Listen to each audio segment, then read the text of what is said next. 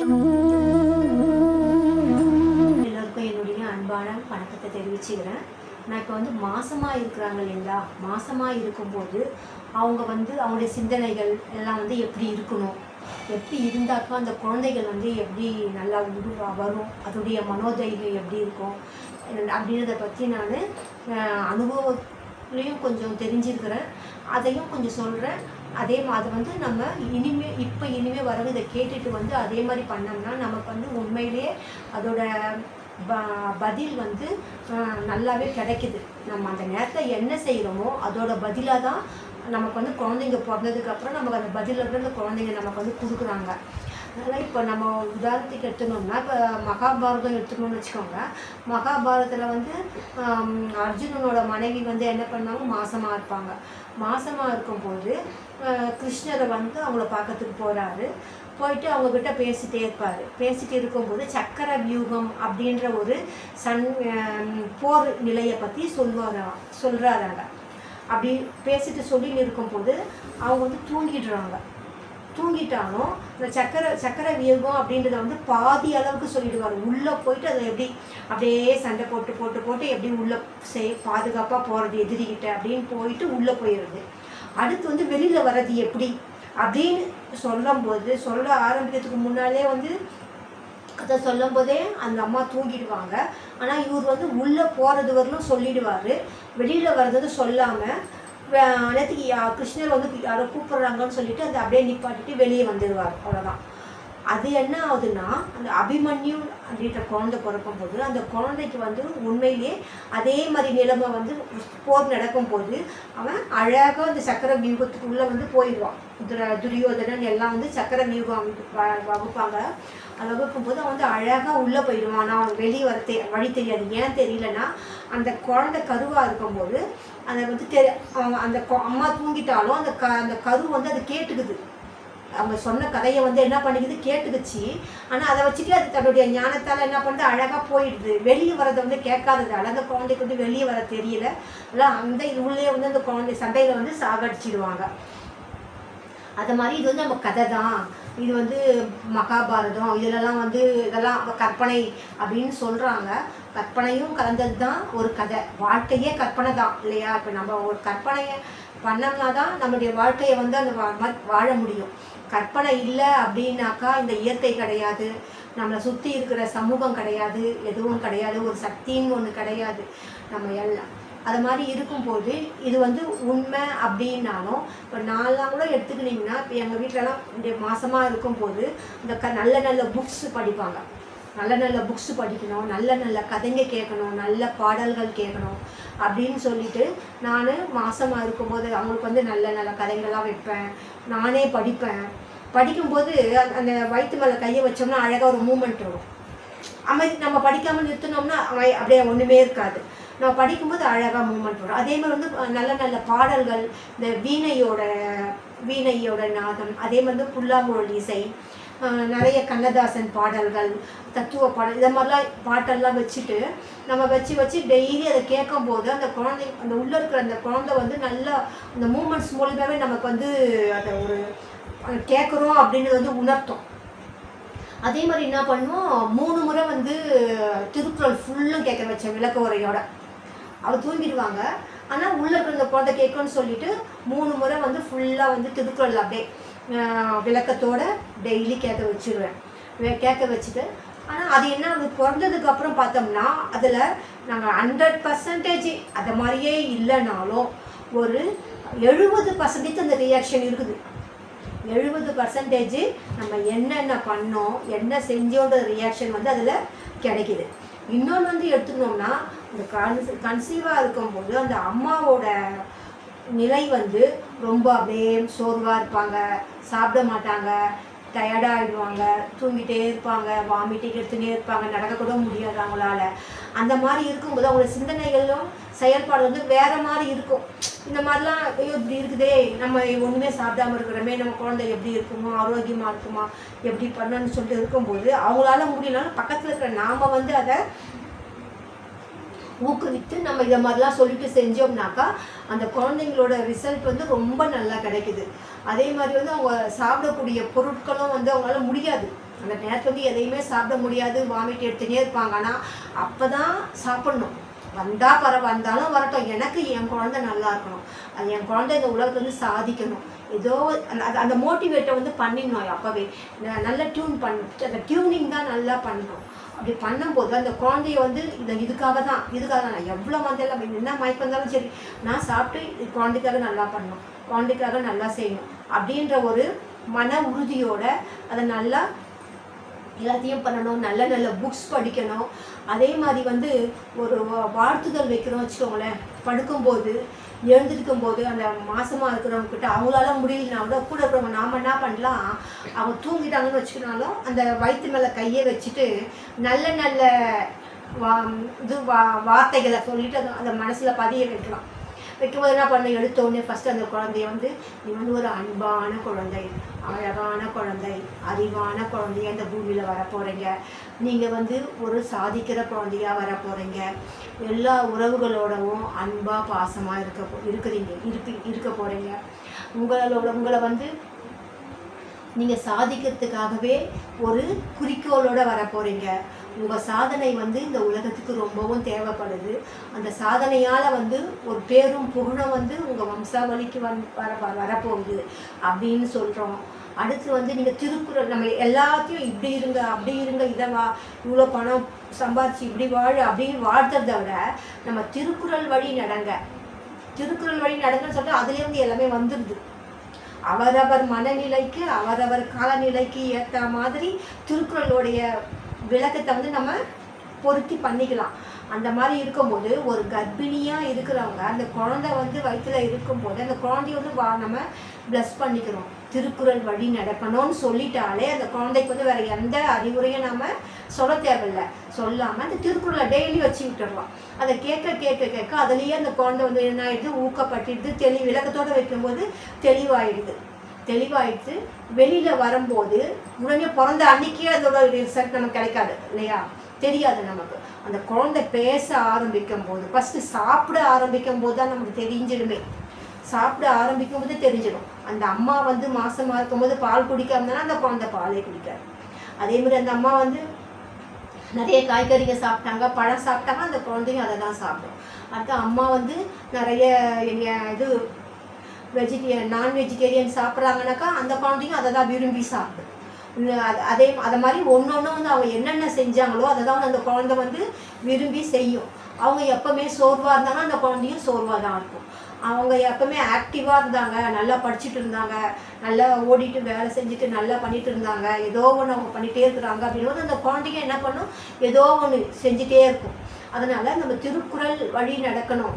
குழந்தைங்களுக்கு மட்டும் இல்லை, யாரை வாழ்த்தினாலும் முதல்ல வந்து நம்ம என்ன சொல்லிடலாம், திருக்குறள் வழி உங்கள் வாழ்க்கையை வாழ்ந்து நீங்கள் சந்தோஷமாக இருங்க அப்படின்னு சொல்லிட்டு நம்ம வந்து சொல்லிட்டோம்னாலே அதுலேயே வந்து எல்லா இதுவும் அடங்கிடுது. அதை மாதிரி இருக்கும்போது அந்த பிறந்து வெளியில் வரும்போது அந்த குழந்தைங்க வந்து ஒரு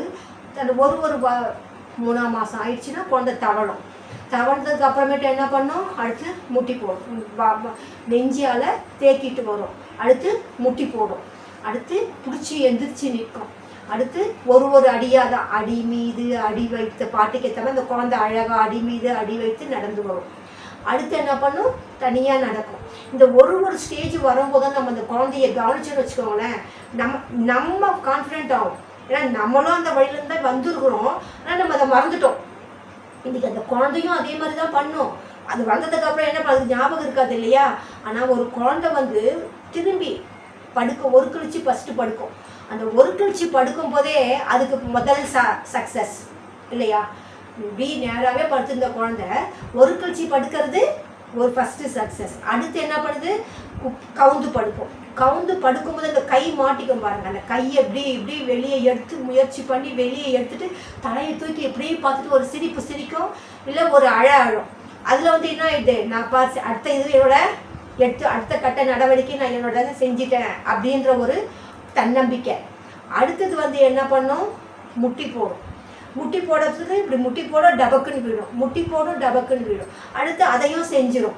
அடுத்து அந்த 4 காலில் நடந்து ஓடும். அடுத்து எந்திரிச்சு உட்காரும்.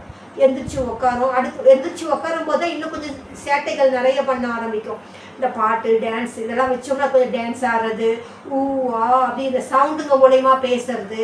அவங்க ஒவ்வொன்றையும் உணர்த்துவாங்க நமக்கு. எப்படி சொல்ல, இந்த சவுண்டு மூலயமாவும் முகத்தில் வரக்கூடிய பாவனைகள் மூலயமாவும் நமக்கு வந்து ஒன்றொன்றையும் அவங்க என்ன பண்ண போகிறாங்க, என்ன கேட்குறாங்க அப்படின்னு நம்மளுக்கு வந்து உணர்த்துவாங்க.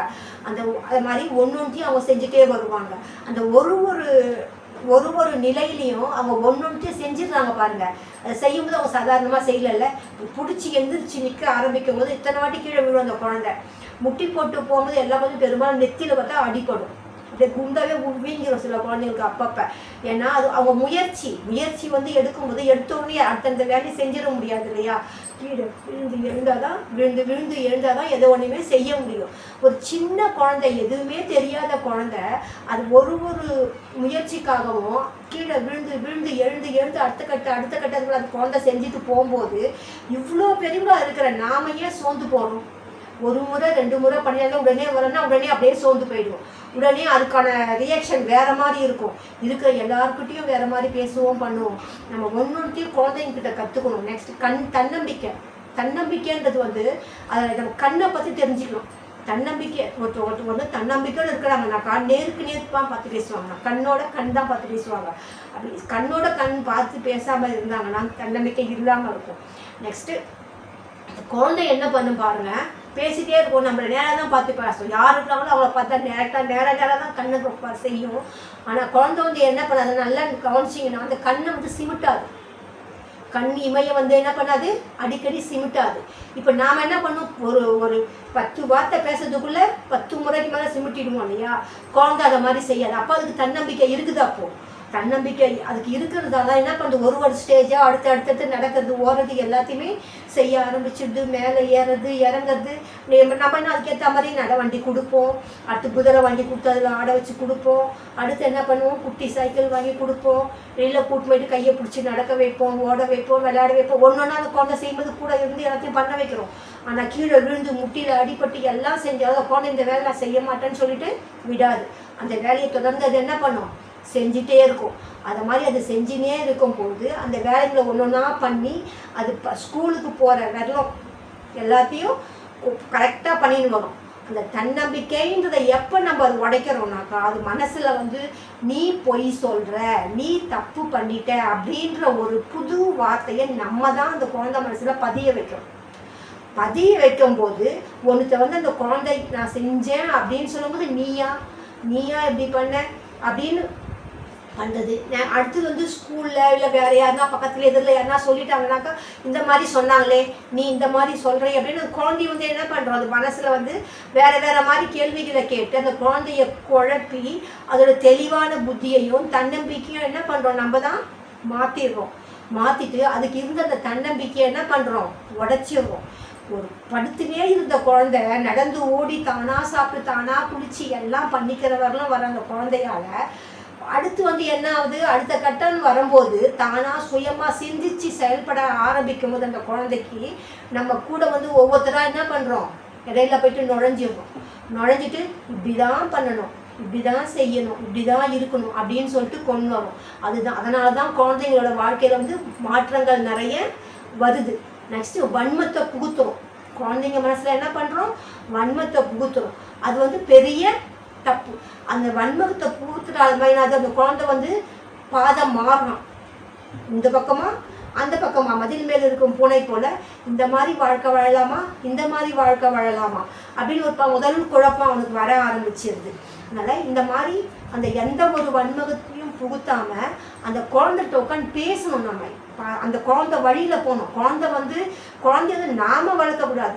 சின்ன குழந்தையாக இருக்கும்போது அப்போவே அந்த குழந்தை வந்து ஒரு பெரிய ஜீனிஸாவோ நமக்கு ஆசை தான் குழந்தை பெரிய அறிஞர் ஆயிடணும், ஒரு பெரிய மருத்துவர் ஆயிடணும், எல்லாருமே அப்படிதான் நினைப்போம், இல்லைன்னு சொல்ல. ஆனால் எல்லாராலையும் அந்த மாதிரி ஆகிட முடியாது. யாரால என்ன ஆக முடியுமோ அதான் ஆக முடியும். அவங்க என்ன பண்ணுறாங்களோ அதில் வந்து அவங்க சிறப்பாக பண்ண வச்சுட்டு கொண்டு போகலாம். ஆனால் மற்ற எல்லாத்துக்கும் வந்து இப்படி இந்த வயசுலேயே இப்படி பண்ணாதான் வரும், இல்லைன்னா வராது அப்படின்னு வரும்போது அந்த குழந்தைய நம்ம புட்ட குனிய வைக்கிறோம்னு சொல்கிறோம் இல்லைங்களா, அதுதான் அது. அந்த புட்ட குனியணும் தட்டி அந்த குழந்தைய தட்டி என்ன பண்ணிடுறோம், மேலே வர விடாமல் அதனுடைய வாழ்க்கையின் சூழலில் ஒருத்தர் ஃபஸ்ட்டு ஒன்று முதல்ல அடி நம்ம போய் அடுத்தவங்க போயிட்டு உள்ளே நுழைஞ்சி அந்த குழந்தைங்க தட்ட ஆரம்பிக்கிறோம். ஏதோ ஒன்றில் தட்ட ஆரம்பிக்கிறோம்.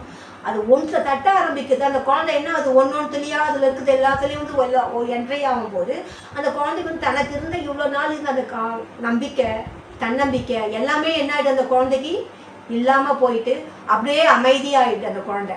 அந்த மாதிரி இல்லாமல் குழந்தைய வந்து வளர்க்குறோம் அப்படின்னா குழந்தை சிந்திக்கிற வரலாம், இதுக்கு இதுதான் அப்படின்னு அந்த குழந்தை சிந்திக்கிற வரலாம். அந்த குழந்தைய வந்து நாம் வளர்க்கக்கூடாது. குழந்தை வளருது இல்லை, அதுக்கு நாம் போய் ஃபஸ்ட்டு கற்றுக்கணும். அப்படி கற்றுக்கும் போது அந்த குழந்தைக்கு என்ன ஆகிடும், ஒரு சந்தோஷமாக இருக்கும். நம்ம செய்யறது சரி, அதனால இவங்க நம்ம செய்யறதை பண்ணுறாங்க, நல்லா இதே மாதிரி அவங்களும் செய்கிறாங்க அப்படின்னு ஒரு சந்தோஷம் வரும். ஆனால் அது சரிதான், அது குழந்தை செய்யறது.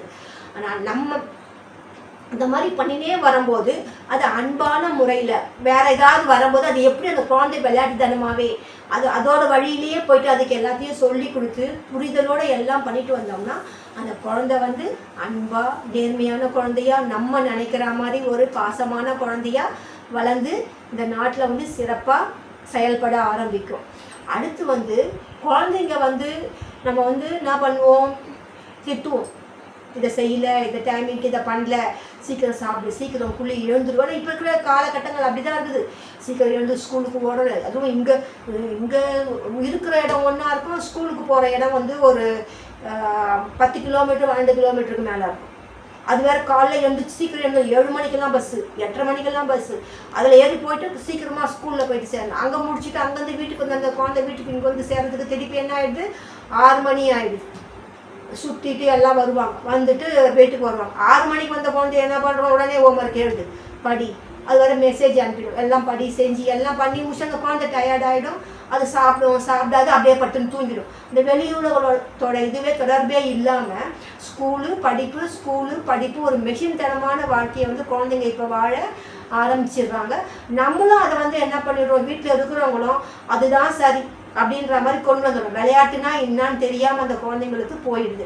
அதனால் நம்ம என்ன பண்ணுறோம், முதல்ல குழந்தைங்களோட நிறைய விளையாடணும். என்ன தான் படிக்கிறதுக்கு நிறைய இருந்தாலும் செஞ்சாலும் இந்த காலையிலையோ அதே மாதிரி ஸ்கூல் விட்டு வந்தோம் நைட்டு தூங்கும் போதெல்லாம் வந்து குழந்தையோட விளையாடிட்டு தூங்க வைக்கணும். அந்த விளையாட்டு வந்து என்னவோ அவங்களோட மூளையை வந்து செழுமையாகும். அவங்க எல்லாமே வந்து இருந்தது எல்லாமே வந்து போயிட்டு நல்ல வந்து ஒரு மாதிரி ஃப்ரெஷ்ஷாக இருக்கிற மாதிரி இருப்பாங்க அவங்க இல்லையா. அப்போ அந்த குழந்தைங்க விளையாடணும். அவங்க வயசுக்கு ஏற்ற விளையாட்டு என்னமோ அந்த விளையாட்டில் வந்து ஒரு விளக்கத்தோடு இருக்கணும். அவங்க புரிதலோடு விளையாடணும் அந்த விளையாட்டை. முதல்ல அவங்க கூட விளையாடும் போது என்ன பண்ண, அவங்க முட்டி போட்டு ஓடுறாங்களா, நாமளும் கூடவே முட்டி போட்டு அது ஒரு சந்தோஷம். நம்ம ஓடும்போது இவங்க இவ்வளோ பெரிய இவங்க ஓடுறாங்களே, நம்ம ஃபாஸ்ட்டாக ஓட பார்ப்போம். அது மாதிரி ஒன்றுத்துலேயும் ஒன்றுனா செய்ய ஆரம்பிக்கும். அடுத்து வந்து அவங்க ஸ்கூலுக்கு போகிற வயசுன்னு வரும்பொழுதும் அவங்களோட சிந்திச்சு விளையாடுறத நம்ம தான் கொண்டு வரணும். அதே மாதிரி ஒன்று செய்யும் போதும் அவங்களுக்கு வந்து ஒரு நம்மளுடைய இதிகாசங்கள், காப்பியங்கள், சிற்றிலக்கியங்கள்லாம் இருக்குது இல்லையா. அடுத்து வந்து ஆன்மீகம் அதெல்லாம் இருக்குது இல்லையா. அதெல்லாத்தையும் வந்து ஒன்றையும் வந்து அதை வந்து அவங்களுக்கு என்ன பண்ணால் புரிதலோடு புரிய வைக்க ஆரம்பிக்கணும். ஒன்று வேலையா செய்கிறாங்க அப்படின்னா இப்போ வந்து கந்தையானாலும் கசக்கி கட்டு, கூழானாலும் குளித்து குடி. முதல்ல என்ன சொன்ன போது அன்னையும் பிதாவும் முன்னறி தெய்வம். முதல் தெய்வம் யார், அம்மாவும் அப்பாவும் தான் உனக்கு முதல் தெய்வம். அதனால் அவங்கள டெய்லி தூங்கத்துக்கு முன்னாடியோ காலையில் எழுந்திரிச்சோம் முதல்ல அவங்கள கும்பிடணும், அவங்களுக்கு நன்றி சொல்லணும் அப்படின்னு முதல்ல இது வந்து நம்ம விளக்கத்தோடு அவங்க சொல்லி கொடுக்கணும். அடுத்து வந்து குளிக்கிறது பண்ணுறது. அடுத்து கந்தையானாலும் கசக்கி கட்டு. எவ்வளோதான் வசதி வந்தாலும் இப்போது நம்ம இன்றைக்கி ஒரு ட்ரெஸ் போட்டால் தூக்கி போட்டு எனக்கு வேறு நினச்சிட்டு வந்துடும், போட்டுருவேன். அப்படி இருக்கக்கூடாது. எப்படி இருந்தாலும் நான் இருப்பேன், எந்த சூழ்நிலையும் நான் இருப்பேன் அப்படின்றது வந்து சின்ன வயசுலேயே குழந்தைங்க நம்ம கொண்டு கற்றுக் கொடுத்துடணும். அப்போல்லாம் வந்து என்ன பண்ணுவாங்க, பழுது சாப்பிட்ருவாங்க. காலையில் நைட்டு ராத்திரி மீற சாப்பாட்டை தண்ணியை ஊற்றி வச்சுட்டு காலையில் எழுந்திரிச்சு அதுக்கு பச்சை மிளகா வெங்காயம் எல்லாம் வச்சு போட்டு சாப்பிட்டு எல்லாம் ஸ்கூலுக்கு போவாங்க, படிக்கிறதுக்கு வேலைக்கு எல்லாமே போவாங்க பண்ணுவாங்க. ஆனால் இப்போ என்ன ஆயிடுச்சு, ஃபாஸ்ட் ஃபுட்டு என்னென்னமோ டிஃபன்ஸ் நிறைய எல்லாம் செஞ்சு விதமாக செஞ்சு கொடுக்குறோம், எல்லாம் சாப்பாடு பழகிறோம். ஆனால் பழைய இது நம்ம என்ன பண்ணுறோம், வேணாம், அது வந்து கேவலம்னு நினைக்கிறோம். அதே மாதிரி வந்து ராத்திரிலேயே என்ன ஆயிடுச்சு, சாப்பாடெல்லாம் சாப்பிட்றது போயிட்டு ராத்திரிலேயே வந்து வெறும் இட்லி, தோசை, சப்பாத்தி, இல்லை வெளியில் போயிட்டு ஹோட்டலில் வெளியே உணவு சாப்பிட்றது ரொம்ப நிறைய ஆரம்பிச்சிடும். அந்த வெளி உணவு தான் வந்து அந்த குழந்தைங்க வளர்ப்புக்கு வந்து ரொம்பவும் பாதிப்பை ஏற்படுத்துது. அதனால் நம்ம குழந்தைங்கள ஃபஸ்ட்டு பண்ணணும் அப்படின்னா ரொம்பவும் கேர் எடுக்கணும். அதோட முன்னால் இருந்தவங்களோட பழக்க வழக்கங்கள் என்ன, நெறிமுறைகள் என்ன, மூதாதைகளோட எப்படி பண்ணாங்க, அவங்க எப்படி வளர்த்தாங்க. அவ்வளோ பேர் இன்றைக்கி 2 பேருக்கு 2 குழந்தை வளர்க்க நம்ம இவ்வளோ பண்ணுறோம். அவங்க அவ்வளோ குழந்தைங்கள வளர்த்தாங்கனால ஆரோக்கியமாக வளர்த்துருக்காங்க. அப்போ நம்ம என்ன பண்ணணும், அவங்க எப்படி பண்ணாங்க அதை கேட்டு தெரிஞ்சுக்கணும். நமக்கு எல்லாம் தெரியும்னு நம்ம நினச்சிடக்கூடாது. எல்லாம் அது மாதிரி நினச்சிருந்தாருன்னா வள்ளுவர்லாம் வந்து இன்னைக்கு வரைக்கும் அவங்களால நம்மளால் வந்து பேசப்பட மாட்டாங்க. அந்த திருக்குறள்லாம் இந்த உலக அளவுக்கு வந்து ஒரு பண்ணக்கூடிய புகழ்பெற்ற இதுவாக இருந்திருக்காது.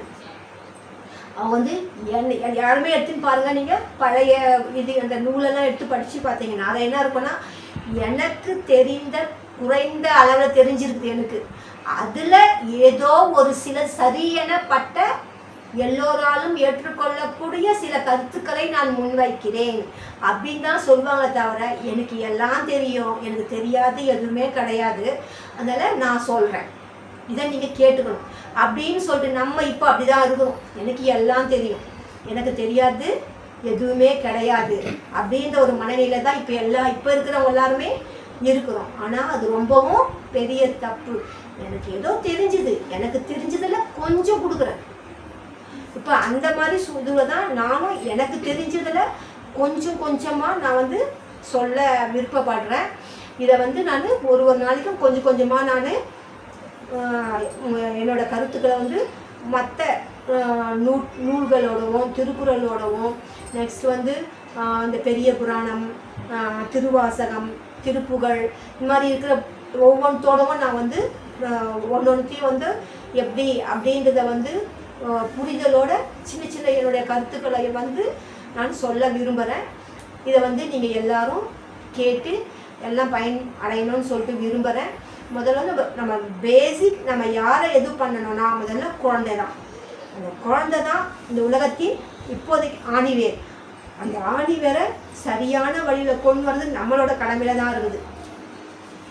இப்போ எடுக்கும்போதே பணத்தாசையோ பொருளாசையோ அதெல்லாம் இல்லாமல் இருக்கணும். எதுக்கு இருக்கணுமோ அது இருக்கணும். இந்த உலகத்தில் நான் இப்படி தான் வாழ்வேன்னு இல்லாமல் எப்படியும் நான் வாழ்வேன் அப்படின்ற ஒரு புரிதலோட மனநிலையோட மன நிறைவோடவும் நல்ல தெளிவான விளக்கங்களை கொடுத்து அவங்கள வளர்க்கணும் அப்படின்றத இன்றைக்கி என்னுடைய முதல் கருத்தாக வச்சுட்டு நான் இதை நாளைக்கு அடுத்த இதுவை உங்களுக்கு தெளிவாக சொல்ல ஆரம்பிக்கிறேன். இதை பார்க்குறவங்க கேட்குறவங்க லைக் பண்ணுங்கள், ஷேர் பண்ணுங்கள், சப்ஸ்கிரைப் பண்ணுங்கள்.